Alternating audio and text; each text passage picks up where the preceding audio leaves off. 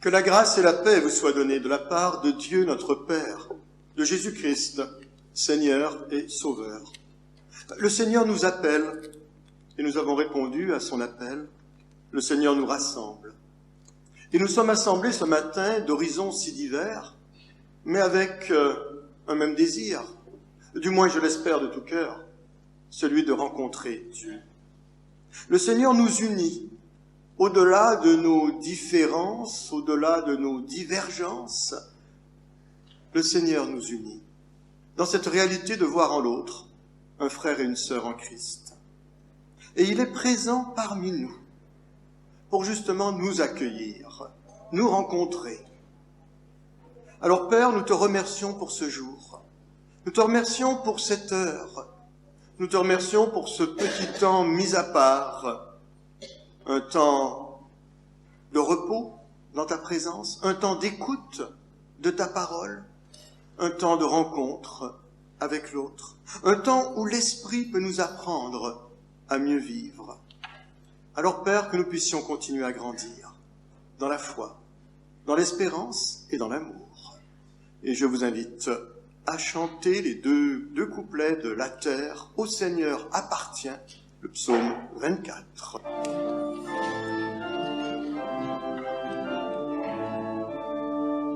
La terre au Seigneur appartient, dans l'univers son bras soutient, tout ce qui foisonne et respire, sur les abîmes du néant, il a posé les fondements, et donner vie à son empire.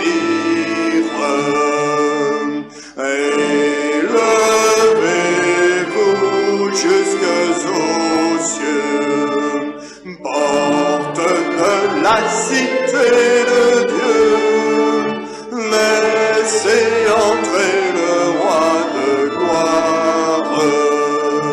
Quel est ce roi si glorieux?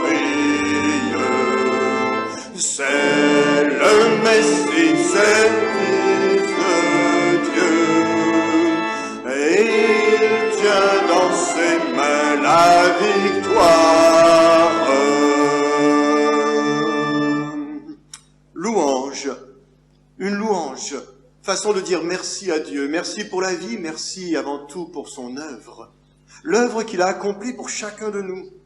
Alors Seigneur, nous te louons parce que tu nous as aimés, par-dessus tout, au-delà de tout. Tu nous as aimés en premier, et nous sommes tes enfants. Nous te louons pour Jésus-Christ. Il a proclamé une bonne nouvelle du royaume. Nous te louons pour l'Esprit Saint, qui nous rassemble, chacun d'entre nous, qui fait de nous un seul peuple, ton peuple. Nous te louons, Père, pour ce jour qui nous fait entrer dans la joie de ton règne, et nous chantons ta gloire. Alors à nouveau, bonjour à chacun d'entre vous, bonjour également aux quelques visiteurs qui sont parmi nous aujourd'hui, et j'espère que vous allez vous sentir bien à l'aise. Quelqu'un me disait, quelqu'un qui vient d'assez loin, c'était tout de même l'endroit où j'ai grandi, où je suis né, où j'ai été baptisé, bref, alors comme je lui avais dit, re-bienvenue chez vous, voilà. Nous poursuivons donc notre culte avec cette prière d'humilité, cette prise de conscience de tout le travail qu'il nous reste à accomplir. Oui Seigneur, en ce premier jour de la semaine, nous regardons vers toi, comme il est écrit sur le mur de ce temple, Dieu est amour. Alors nous regardons à toi, Dieu d'amour. Tu nous as donné le pain de chaque jour. Tu nous as réjouis par ta création. Tu nous as assurés de ta miséricorde par le Christ. Mais est-ce que nous te disons toujours notre reconnaissance pleine et entière? Parfois nous prenons pour acquis ce que tu peux faire sans avoir le merci au fond du cœur. Alors Seigneur, apprends-nous encore et encore à te dire véritablement merci. Tu nous fais entendre des nouvelles de toute la terre. Tu mets devant nos yeux des horreurs, des souffrances, de la bêtise humaine. Tu mets également devant nos yeux la souffrance de nos frères et sœurs en Christ. Et parfois, Seigneur, nous sommes un peu comme des voyeurs qui regardons le mal autour de nous, je ne dirais pas avec plaisir, parfois avec détresse, mais Seigneur, que nous ne soyons pas insensibles à toutes ces douleurs qu'il y a, que tu puisses nous donner ce cœur de chair, et non pas que nous nous endurcissions avec un cœur de pierre. Tu nous as accompagnés dans notre chemin quotidien. Parfois nous le voyons, parfois nous ne le savons pas, parfois nous le ressentons, parfois tu as l'air distant. Mais nous savons que tu es là.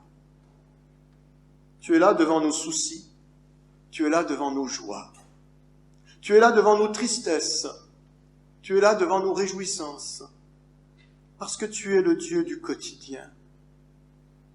Alors Seigneur, que l'on puisse davantage prendre conscience de cette présence à nos côtés, de cette présence qui est là pour nous aider, nous accompagner.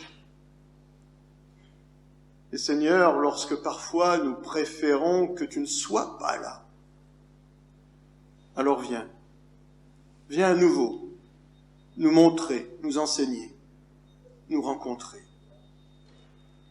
Accorde-nous, Seigneur, cette transformation du cœur par ton esprit.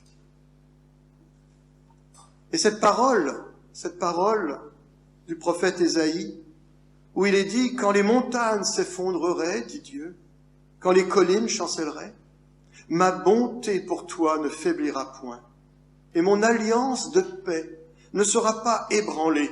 Je t'aime d'un amour éternel, et je te garde ma miséricorde. » L'évangéliste Jean dans sa première lettre. Et voici comment Dieu a manifesté son amour. Il a envoyé son Fils unique dans le monde, afin que par lui, nous ayons la vie. Alors que Dieu nous remplisse de reconnaissance pour la vie qu'il nous offre pour un temps sur cette terre, et pour cette création qui nous entoure, malgré parfois ce que l'humain a pu en faire. Et je vous invite à chanter Dieu Tout-Puissant, quand mon cœur considère.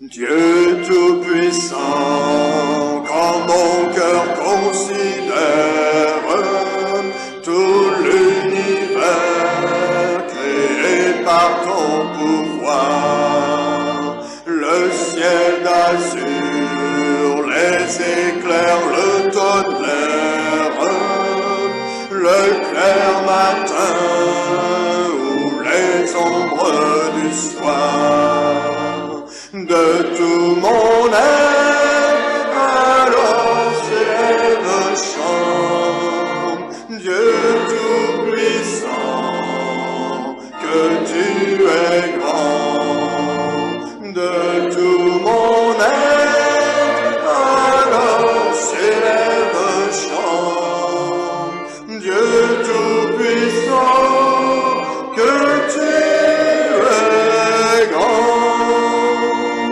quand par les bois ou la forêt profonde, j'entends joyeux tous les oiseaux chanter, quand sur les monts la source avec son onde livre aux zéphyrs son chant doux et léger.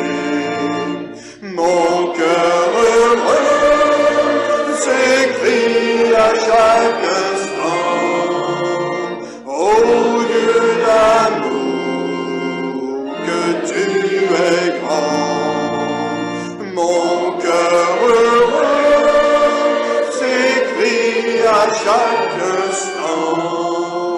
Ô Dieu d'amour, que tu es grand. Mais quand je songe au sublime mystère qu'un Dieu si grand a pu penser à moi, que son cher Fils est devenu mon frère, et que je suis l'héritier du grand roi. Alors mon cœur redit la nuit le jour que tu es bon, ô Dieu d'amour. Alors mon cœur redit la nuit le jour que tu es bon, ô Dieu d'amour.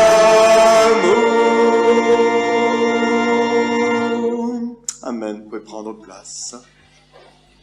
Nous allons lire un passage de ta parole, Seigneur.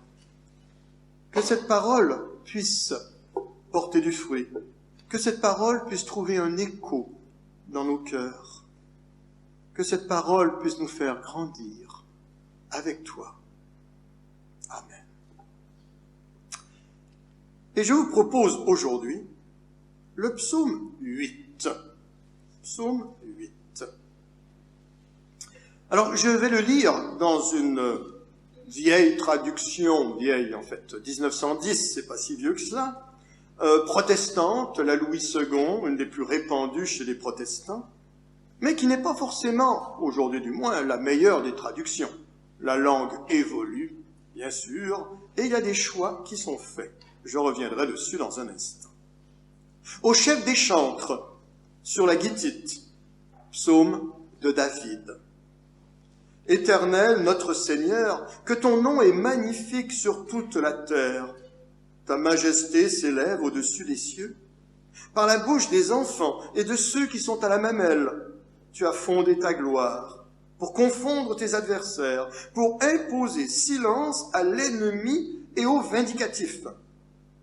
Quand je contemple les cieux, ouvrage de tes mains, la lune et les étoiles que tu as créées, qu'est-ce que l'homme pour que tu te souviennes de lui, et le Fils de l'homme pour que tu prennes garde à lui? Tu l'as fait de peu inférieur aux anges, et tu l'as couronné de gloire et de magnificence. Tu lui as donné la domination sur les œuvres de tes mains. Tu as tout mis sous ses pieds, les brebis comme les bœufs, et les animaux des champs, les oiseaux du ciel et les poissons de la mer, tout ce qui parcourt les sentiers des mers. Éternel notre Seigneur, que ton nom est magnifique sur toute la terre, et que le Seigneur bénisse la lecture de sa parole. Et je vous invite à chanter ce psaume 8. Ton nom, Seigneur, est un nom magnifique.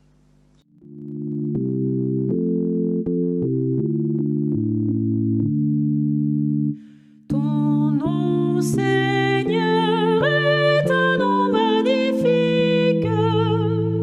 Souffle la terre, en reprend le cantique. Elle répond de toute sa beauté à la splendeur du ciel illuminé. Mais tu choisis la louange parfaite des plus petits, des enfants qu'on allaite, pour révéler le secret de ton nom. Ainsi leur voix à l'orgueilleux répond.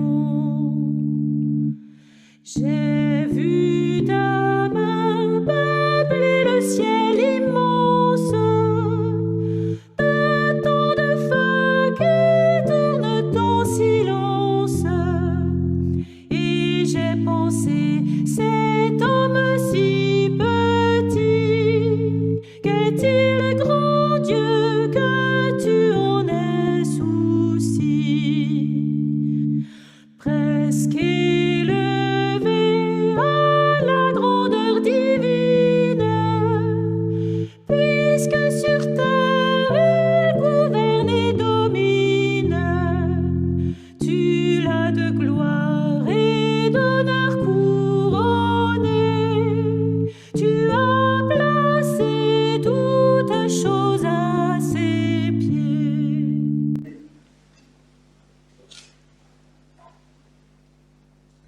avons avec ce psaume 8 un registre complètement différent par rapport à la semaine dernière.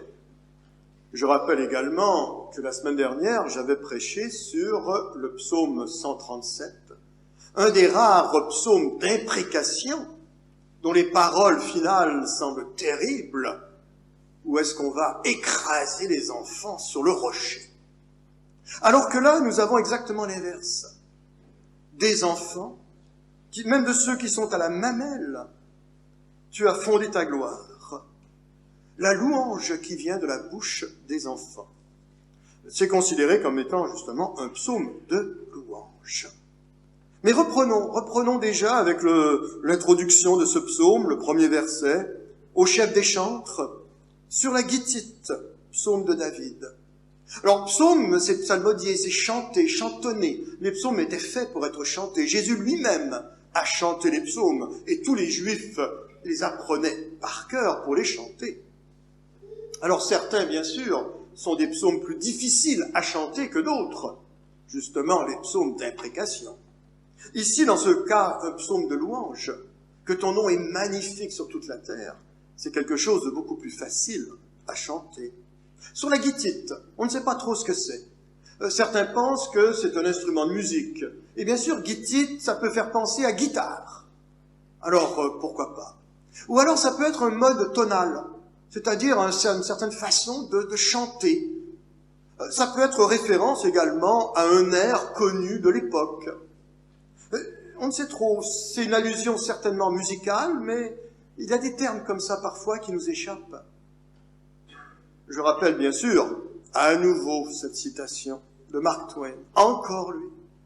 Ce qui me lance le plus grand défi dans la Bible, ce ne sont pas les choses que je ne comprends pas, mais ce sont les choses que je comprends très bien. Ce qui veut dire que là, même si on n'est pas trop sûr de ce que c'est la guitite, ce n'est pas un problème en ce qui nous concerne. Éternel notre Seigneur, que ton nom est magnifique sur toute la terre. Que ton nom est magnifique sur toute la terre. Le nom. Quel nom? À quoi sert un nom? Un nom sert à identifier une personne. Vous avez vous-même un nom. Et j'espère que vous êtes fiers quelque part du nom que vous portez. Parce qu'il va résonner d'une certaine façon dans votre tête. Et les parents, lorsqu'ils ont des enfants et qu'ils doivent choisir le nom de leur enfant, ils le choisissent en fonction de quoi? En fonction d'un film qu'ils ont écouté et d'un acteur qui leur a plu? En fonction de la famille? C'était le nom du grand-père, ou l'oncle du côté maternel, ou en fonction simplement de la résonance du nom et des syllabes qui sont là? On choisit pourquoi ce nom-là? Et qu'est-ce qu'il représente? L'identité de quelqu'un?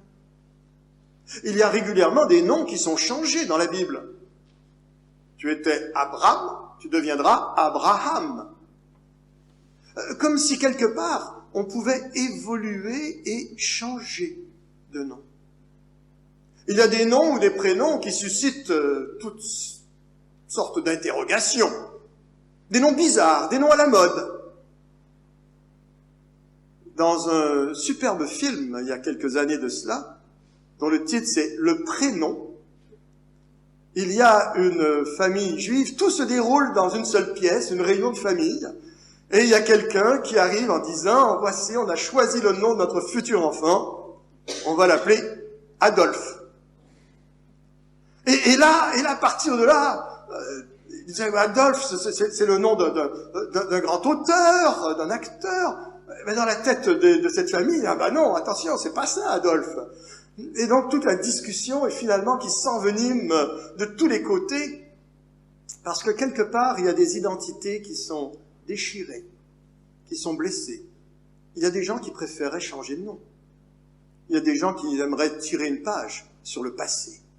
Mais revenons à ce nom de Dieu. Quel est ce nom de Dieu qui résonne dans notre tête? Est-ce que c'est le nom du Dieu policier qui est là pour nous corriger régulièrement? comme certaines personnes peuvent dire, le Dieu père fouettard, du genre « Attends quand ton père va rentrer, tu vas voir, tu vas y goûter ». Est-ce que c'est un Dieu espion qui est là pour nous surveiller continuellement, pour voir la moindre de nos failles? Est-ce que c'est un Dieu Père Noël, dont la seule réalité est de nous offrir quelques cadeaux à notre gré, comme souvent les enfants vont faire aujourd'hui, en découpant dans le catalogue exactement ce qu'ils veulent, en disant « Voici, ça va être ma surprise. Et attention si c'est pas comme ça. » Est-ce que c'est un Dieu papa gâteau, qui est toujours là pour nous gâter, pour accomplir nos 4 volontés, que nous serions quelque part des enfants rois? Quel est ce nom de Dieu qui résonne dans notre tête? Est-ce que c'est le Dieu Père? Bien sûr, on a ici un écho de cette fameuse prière, de ces quelques versets de Matthieu. Notre Père qui es aux cieux. Bien sûr, on peut retrouver également un écho lorsque l'apôtre Paul dira que l'Esprit en nous peut faire en sorte que ce Dieu Père, on puisse l'appeler également Abba, c'est-à-dire Papa. Ce n'est plus seulement le Père, qui parfois représente une image un peu distante et un peu froide, parce qu'il y a des pères comme cela. Ça peut être le Dieu Père, celui de l'intimité, de la proximité, car il y a des pères comme cela. Ça peut être le Papa, qu'on l'on va chérir quelque part, mais avec une note de respect tout de même dans ce terme araméen de Abba. Que ton nom, et dans cette prière d'ailleurs, notre Père qui est aux cieux, la deuxième phrase continue en disant « Que ton nom soit sanctifié ». Alors oui Seigneur, que ton nom est magnifique sur toute la terre. Ta majesté s'élève au-dessus des cieux. Dans l'Ancien Testament, Dieu est avant tout présenté comme le Dieu créateur. Pas uniquement, il y a d'autres images que l'on retrouve. Alors que dans le Nouveau Testament, Dieu est souvent présenté comme le Dieu rédempteur, le Dieu du salut. Ces deux images se complètent l'une l'autre. Car ici, c'est un psaume de création. Mais arrivons au verset 3. Par la bouche des enfants et de ceux qui sont à la mamelle, une autre traduction dira, et de ceux que l'on allaite, tu as fondé ta gloire pour confondre tes adversaires, pour imposer silence à l'ennemi et au vindicatif.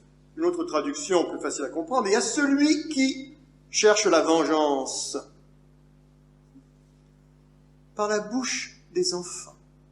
Cette image sera reprise à plusieurs moments par Jésus. Si vous ne devenez comme un petit enfant, vous ne pouvez hériter du royaume de Dieu.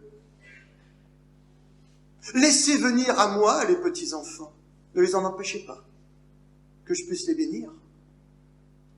Et même Jésus va citer ce psaume lorsqu'il arrivera en disant que par la bouche des enfants, par la bouche des enfants, il y a cette dimension de l'enfant. Et on se pose à nouveau la question, quel aspect particulier y a-t-il de l'enfant qu'il faudrait dégager? Sa pureté, sa simplicité. Si vous allez sur les cours de récréation, entre vous et moi, la pureté, il y a quelque chose d'autre. Si l'on remonte 2000 ans en arrière, je rappelle que l'enfant, à l'époque, n'est qu'une bouche à nourrir.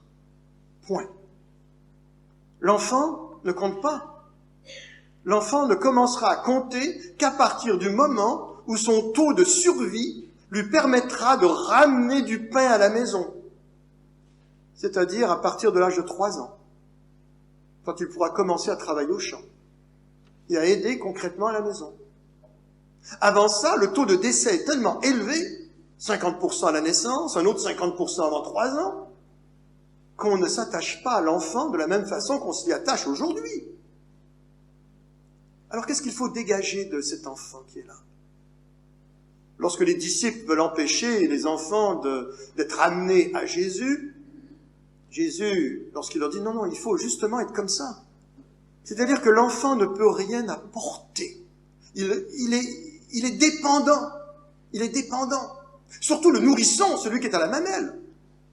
Parmi l'ensemble de la création, l'être humain est un des plus mal équipés pour survivre sans les bras de ses parents. Alors que le cheval doit se mettre sur ses pattes en l'espace d'1 heure, sinon il sera abandonné, l'enfant, lui, va passer des mois et des mois hyper dépendant. Reconnaître que je ne peux rien apporter à Dieu et que Dieu a tout fait pour moi, c'est cet aspect-là de la relation de l'enfant avec le Père que nous devons chérir. Par la bouche des enfants, par celle des nourrissons, par ceux qui sont allaités. Tu cries, tu fondes ta gloire pour confondre les adversaires. Au lieu de brandir le poing, c'est le gémissement d'un enfant. Ça, c'est l'annonce de Noël. Dans 2 mois, on va célébrer l'incarnation. Dans 2 mois, on va souligner que les discours des puissants sont anéantis par les cris d'un bébé. Dans 2 mois, on arrivera en disant que Dieu, au lieu d'être une superpuissance, un superstar assis sur son trône, Dieu est dans une mangeoire d'animaux, criant après le sein de sa mère. Pour imposer silence à l'ennemi et à celui qui crie vengeance. Il est difficile pour moi de ne pas évoquer le drame qui s'est vécu cette semaine avec cet enseignant qui a été assassiné de façon atroce par un jeune qui criait « Allah Akbar, Dieu Tout-Puissant ».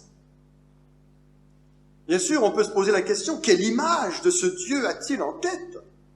Quel est le nom de son Dieu qu'il peut servir à ce moment-là? Dans sa tête à lui, de ce jeune, c'était le Dieu de la vengeance. Le Dieu qui va crier continuellement justice. Le Dieu qui écrasera les enfants sur le roc. Dans l'image de ce jeune, complètement radicalisé, dérouté, complètement, j'ai le terme anglais, brainwashed, qui a subi un lavage de cerveau quelque part, manipulé, inconscient peut-être de la portée de ses actes, inconscient de la portée de ses pensées. Comme ce père qui avait justement quelques jours avant, sur les réseaux sociaux, crié lui aussi à sa façon, vengeance, en disant qu'un tel professeur, au nom de la liberté d'expression, ne devrait pas être. Je ne dis pas ça pour dire qu'on peut tout dire, tout faire. Mais je dis ça pour dire que il y a des gens qui m'embêtent beaucoup, parce que je suis contre la peine de mort. Mais comme je disais la semaine dernière, il y a des personnes où j'aurais bien envie de ne pas leur serrer la main. Il y a des gens qui me révoltent à un point tel que... Mais voilà, un des grands principes de l'Évangile, c'est de croire qu'il est toujours possible de changer pour le mieux. Un des grands principes de l'Évangile, c'est de croire que le Saint-Esprit peut toujours accomplir son œuvre, même dans le cœur le plus endurci.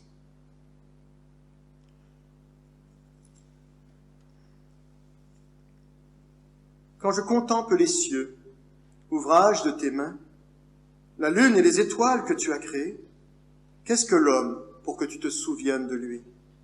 Et le Fils de l'homme pour que tu prennes garde à lui? Et là, il y a cette phrase. Tu l'as fait de peu inférieur aux anges. Erreur, c'est pas vraiment erreur, mais en fait, fausse traduction. C'est pas tu l'as fait de peu inférieur aux anges. Lorsque l'Ancien Testament a été traduit dans la Septante, c'est-à-dire une traduction en grec au IIIe siècle avant Jésus-Christ, les traducteurs ont choisi cette forme. Tu l'as fait de peu inférieur aux anges. Et c'est la forme qui est restée, grosso modo, jusqu'en 1950, dans à peu près toutes les traductions. Mais dans le texte que lisait tout à l'heure quelqu'un dans sa Bible, c'était pas « tu l'as fait de peu inférieur aux anges ». Tu l'as fait de peu inférieur à Dieu. Nous sommes comparés, quelque part, à Dieu. Ce n'est pas uniquement des anges. Non. Nous sommes, quelque part, supérieurs aux anges. C'est ce que l'auteur de l'Épître aux Hébreux le dira. Mais nous sommes de peu inférieurs à Dieu. Rappelez-vous de la Genèse, lorsqu'il est dit que nous sommes créés à l'image et à la ressemblance de Dieu. Dieu en nous, Dieu au travers de nous. Je dis régulièrement à la fin de certains cultes que Dieu n'a pas d'autre main que nos mains pour tendre la main. Dieu n'a pas d'autres yeux que nos yeux pour regarder avec bienveillance. Dieu n'a pas d'autres pieds que nos pieds pour avancer et agir. Dieu n'a pas d'autres oreilles que nos oreilles. Dieu pourrait très bien se passer de nous, mais il préfère compter sur nous. Parce que nous sommes son image, parce que nous sommes sa ressemblance, parce que nous sommes ses représentants, parce que nous sommes ses ambassadeurs, parce que nous sommes les témoins de qui est ce Dieu. Et par nos actions, suscitées par nos pensées, nous reflétons de qui est ce Dieu pour nous. Ce Dieu d'amour, ce Dieu véritable, ce Dieu qui nous veut du bien, qui veut le meilleur pour nous, l'épanouissement le plus complet. Et cet humain que tu as fait de peu inférieur à Dieu, tu l'as couronné de gloire et de magnificence, tu lui as donné la domination sur les œuvres de tes mains, tu as tout mis sous ses pieds. La nature, la création est aux pieds de l'humain. La domination. La domination ne veut pas dire d'écraser. Dominer ne veut pas dire de manipuler. Dominer ne veut pas dire d'utiliser à tort et à travers jusqu'à l'épuisement total cette création qui est nôtre. Dominer, c'est regarder au-dessus d'eux et de voir, et à partir de là d'agir. D'agir en fonction de ce que l'on peut voir par-dessus, de ce que l'on peut regarder, un peu comme moi en ce moment-là. Je suis quelques mètres un peu plus haut que vous. Je vois des choses que vous ne voyez pas. Je pourrais suggérer des choses. Je ne le fais pas. Oh, des fois, oui, ça arrive. Mais voilà. Comment se comportons-nous face à ce monde qui nous est offert? Je ne crois pas, contrairement à toutes les théories transhumanistes qu'il y a, contrairement à toutes les propositions antispécistes qu'il y a, que nous sommes égaux aux animaux. Non. Nous sommes des réalités différentes. Nous ne sommes pas égaux aux plantes, non plus. Nous ne sommes pas que de la matière. Non. Il y a quelque chose d'autre, quelque chose de plus. Dans ce texte de la Genèse, où il est dit au chapitre 2 qu'il y a ce souffle divin en nous. Physiquement, nous sommes très peu de choses différentes des minéraux. Notre corps est fait de minéraux. Nous sommes très peu différents des végétaux. Et physiquement, nous sommes très peu différents des animaux. 97% pour certains seraient des cochons. Il y en a d'autres qui seraient peut-être vaches. Certains seraient plus tendance serpent. Dans certains jeux qu'on fait avec les jeunes, des fois. Quel est l'animal qui pourrait correspondre aux différentes personnes et personnalités? Mais nous sommes animés de ce souffle divin qui nous permet de regarder différemment. Non pas, et je reviens là-dessus, non pas en écrasant, en dominant dans le sens négatif du terme, non. C'est pour cela que nous devons apprendre à nouveau, ou à réapprendre, sans idolâtrer la nature. Ça m'agace. Quand il y a des gens qui vont idolâtrer ou qui ont une vision romantique de la nature, parce que s'il y a des choses magnifiques dans la nature, il y a aussi la loi de la jungle, il y a aussi la loi du plus fort. Il y a aussi l'araignée femelle qui va dévorer le mâle. La menthe religieuse qui commence par le cerveau. Il y a des choses dans la nature qui font peur. Il faut le reconnaître. Mais dans son ensemble, on doit apprendre tout de même à apprécier et à dire merci. Si quelque part, en s'approchant du divin, on s'éloigne de l'humain, c'est parce qu'on s'est trompé de Dieu. Et au verset 10, on termine avec ce chant de louange. Éternel, notre Seigneur, que ton nom est magnifique sur toute la terre. Et je vous invite à chanter « Mon Dieu, tu es grand, tu es beau ».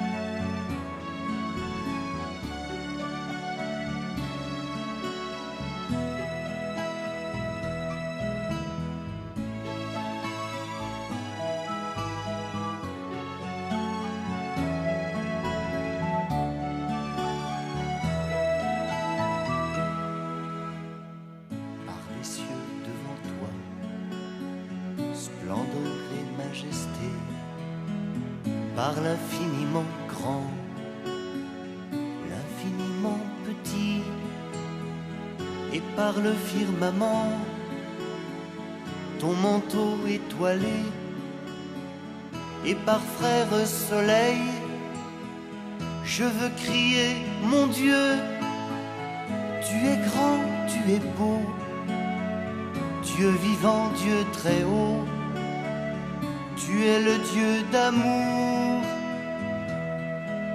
Mon Dieu, tu es grand, tu es beau, Dieu vivant, Dieu très haut, Dieu présent en toute création.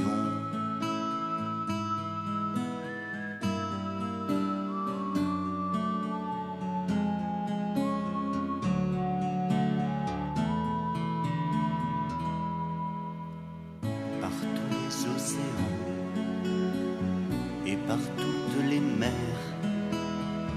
par tous les continents et par l'eau des rivières, par le feu qui te dit comme un buisson ardent, et par l'aile du vent, je veux crier, mon Dieu, tu es grand, tu es beau, Dieu vivant, Dieu très haut, tu es le Dieu d'amour. Mon Dieu, tu es grand, tu es beau, Dieu vivant, Dieu très haut, Dieu présent en toute création.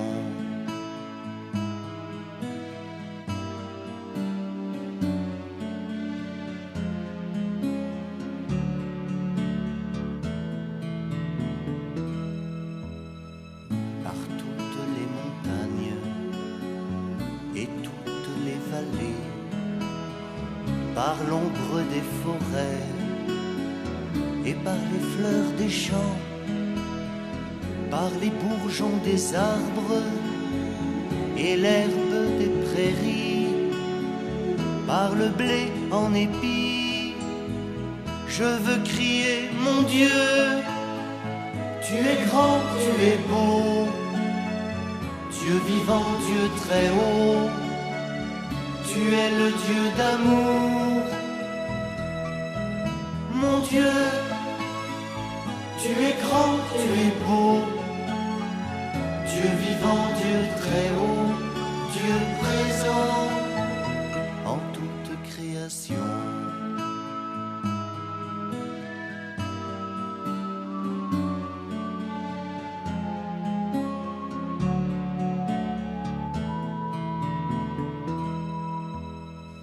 Par tous les animaux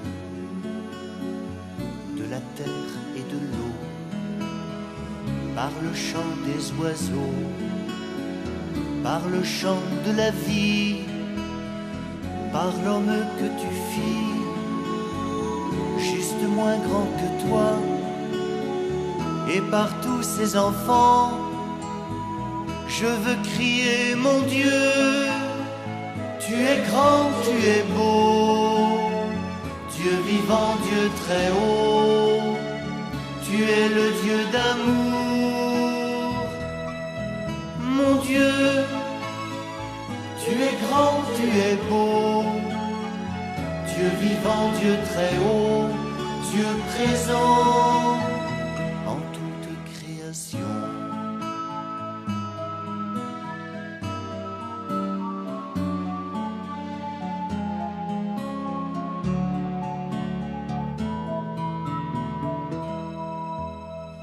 Par cette main tendue qui invite à la danse, par ce baiser jailli d'un élan d'espérance, par ce regard d'amour qui relève et réchauffe, par le pain et le vin, je veux crier, mon Dieu, tu es grand, tu es beau, Dieu vivant, Dieu très haut, tu es le Dieu d'amour.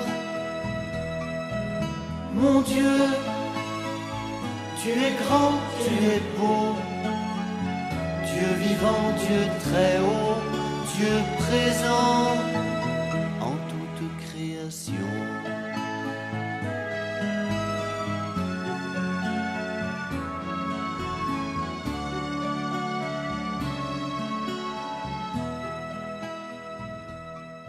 Oui Seigneur, on te remercie pour les biens de cette terre. On te remercie pour tous ces biens que tu nous confies pour un temps. Donne-nous la sagesse pour bien gérer nos biens, pour bien gérer cette planète, pour bien gérer cette création. Donne-nous le discernement, également pour bien utiliser au sein de cette paroisse les fonds qui sont remis. Donne à chacun de nous la générosité du cœur aussi, être sensible aux besoins des autres. Amen.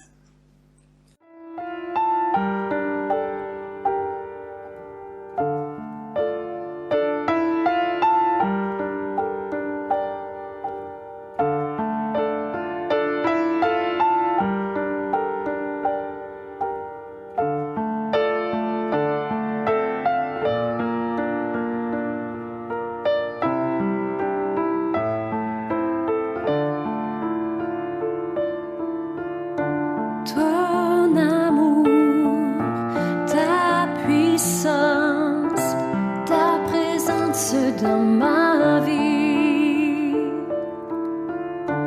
Ton amour, ta puissance, ta présence dans ma vie.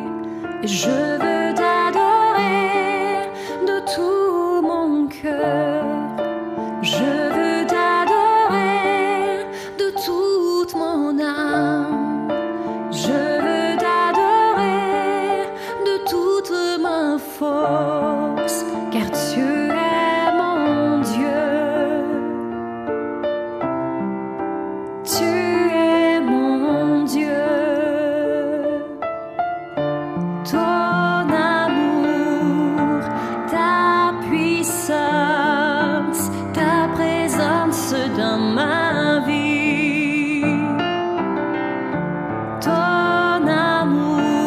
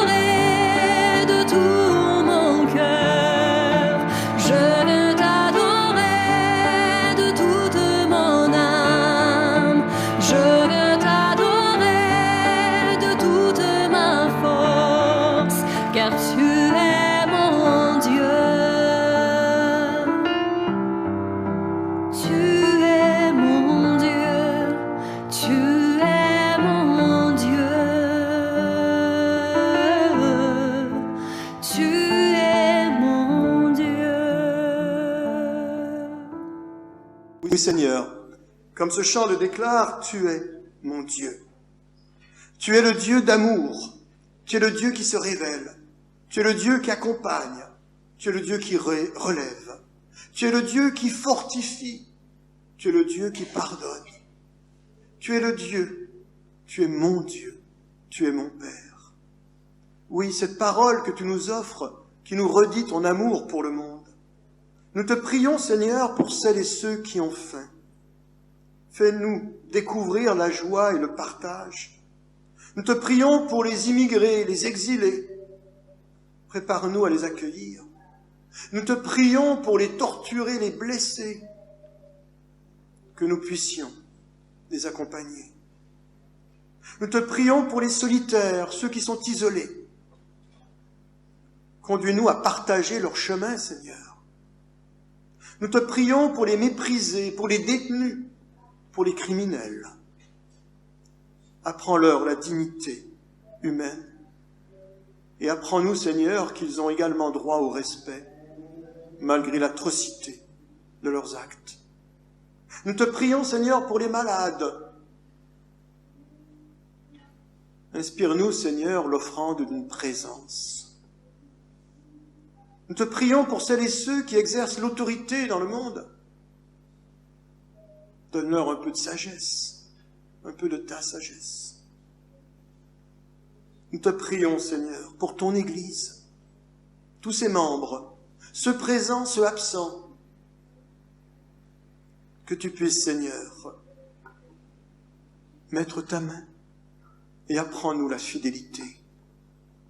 Et dans les limites de nos paroles, cette simple prière d'unité. Notre Père qui es aux cieux, que ton nom soit sanctifié, que ton règne vienne, que ta volonté soit faite sur la terre comme au ciel. Donne-nous aujourd'hui notre pain de ce jour.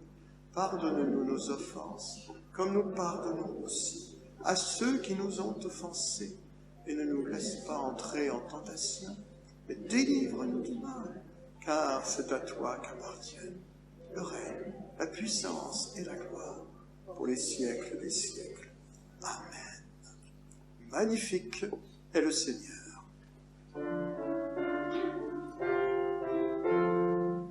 Magnifique est le Seigneur, tout mon cœur pour chanter Dieu. Magnifique est le Seigneur, Alléluia, Alléluia. Que puissance, honneur et gloire reviennent au Dieu trois fois saint, aujourd'hui et à jamais. Alléluia, Alléluia. Et que le Dieu de toute grâce, celui qui est Père, Fils et Saint-Esprit, soit avec chacun d'entre nous. Allons dans la paix du Seigneur, soyons nous-mêmes artisans de paix. Recevons la bénédiction de Dieu, afin qu'en retour nous soyons nous-mêmes une source de bénédiction pour les autres autour de nous. Amen.